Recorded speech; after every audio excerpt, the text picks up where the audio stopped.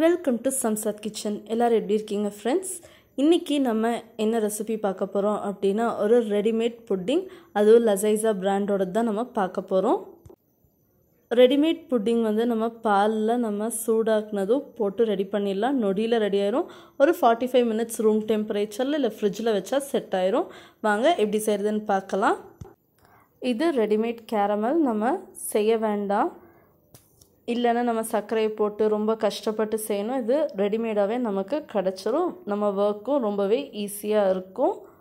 அதுக்கப்புறம் நம்மக்கிட்ட லசைஸாவோட பவுடர் இருக்குது. இதை நம்ம பாலில் கலந்தா போதும்.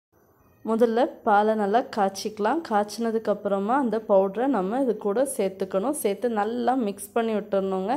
மிக்ஸ் பண்ணி விட்டால் தான் புட்டிங் ரொம்பவே சுவையாக இருக்கும். அதுக்கப்புறம் ஒரு மோல்டில் நம்மளோட கேரமலை ஊற்றிட்டு அதுக்கு மேலே பாலில் நம்ம கலந்து வச்சுருக்கோம்லே அதை ஊற்றிக்கணும். ஊற்றினதுக்கப்புறம் ரூம் டெம்பரேச்சரில் 45 மினிட்ஸ் தான் வச்சேன். Pudding ready.